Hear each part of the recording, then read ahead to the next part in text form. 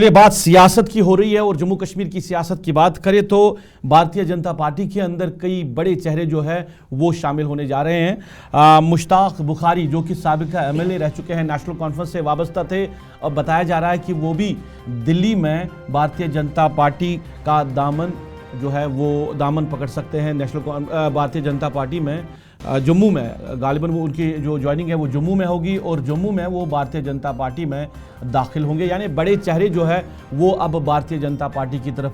जा रहे हैं। नेशनल कॉन्फ्रेंस से वाबस्ता थे, एमएलए भी रह चुके हैं और ये जो असर है इशफाक, एक इस पर मैं पूछना चाहूँगा आपसे कि जो रिजर्वेशन जो हुई है, पहाड़ी जो बिल की रिजर्वेशन हुई है, उसके बाद कहीं ना कहीं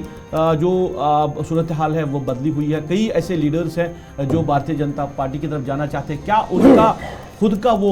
जो उनका जो पॉलिटिकल कैरियर है उसको आगे बढ़ाना चाहते हैं या वो सरकार के इस फैसले से खुश है कि उनकी कम्युनिटी को? देखिए, सबसे पहली बड़ी बात यह है कि शहनाज गनाई के बाद कल ये दावा पेश कर दिया गया है कि एक हफ्ते के अंदर अंदर बहुत बड़े चेहरे जो हैं वो बीजेपी के अंदर शामिल होंगे। ये दो चीजें आप देख सकते हैं, एक ये कि इलेक्शन 2024 सामने है, एक हवा बनाई जा रही है पार्टी की तरफ से। दूसरा एक कि सच्ची में बहुत सारे लोग हैं। अब जब आप सच्ची वाली बात करेंगे तो एनालिसिस कीजिएगा, आप गुरेज से शुरू कीजिएगा जहां पर साबिक एमएलए ने ज्वाइन किया, और आप जम्मू कश्मीर की लास्ट कॉन्स्टिट्यूंसी कर्नाटक इधर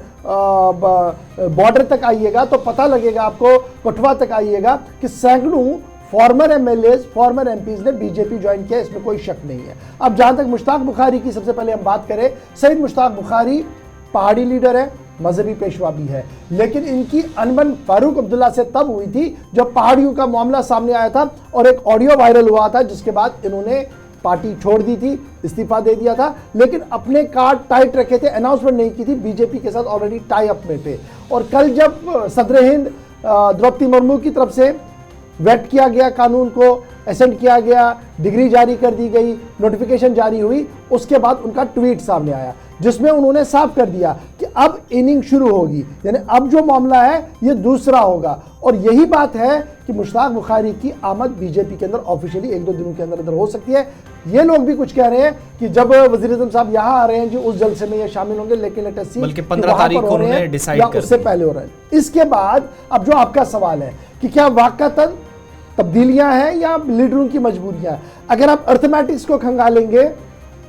पहाड़ी, गोजर, नॉन गोजर, सिविल, जब आप इन लीडर्स को देखते हैं, जो लोग अभी पार्टियां बदल रहे हैं, इसमें कोई शक नहीं है पार्टी के फोल्ड में कुछ लोग आ रहे हैं, पार्टी को कुछ मजबूती भी मिल रही है। लेकिन जिस तरीके से इसको एनालाइज किया जा रहा है कि 100% एक ही जमात को फायदा होगा, शायद ये मुमकिन नहीं है, क्योंकि ग्राउंड जीरो की कहानियां कुछ और बता रही हैं। और फिर सबसे बड़ा मामला यह भी है कि कौन सी पार्टी किस कैंडिडेट को खड़ा करेगी। अब सिर्फ पार्लिमानी सीट साउथ कश्मीर पुंछ राजौरी को देखें तो अगर वहां से नेशनल कॉन्फ्रेंस से मियां अल्ताफ साहब खड़े होते हैं, 2 मिनट के लिए हम फर्ज करें, मजहबी पेशवा है, गोजर लीडर है, पहाड़ी लीडर है, सब उनको मानते हैं, अगर वो खड़े हुए तो उनके मद्दे मुकाबले में शहनाज गनाई साहब को आप खड़ी करें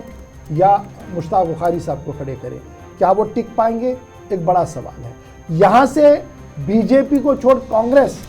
किसी चेहरे को खड़े करे तो वो कितना रिवर्ट कर पाएंगे उस सीट पर, एक बड़ा सवाल है। यही वजह है कि लीडर अपनी अपनी जगह पर मजबूत है, लेकिन जब आप कॉन्स्टिट्यूएंसी वाइज देखेंगे और लोकसभा की सीट पर देखेंगे तो आपकी डिफ्रेंशिएट हो जाए। आपने देखना है कि श्रीनगर, सोबा कश्मीर, सोबा जम्मू, फिर इथनिक वोट्स कितने हैं, कबायली वोट कितने हैं, 10 तरह के वोट्स के हैं, वो क्या कुछ करेंगे, वहां पर अर्थमेटिक बैठता हुआ मुझे कहीं नजर नहीं आ रहा है। लेकिन जरूर जो लीडर जहां पर जा रहा है वो पार्टी ऑटोमेटिकली मजबूत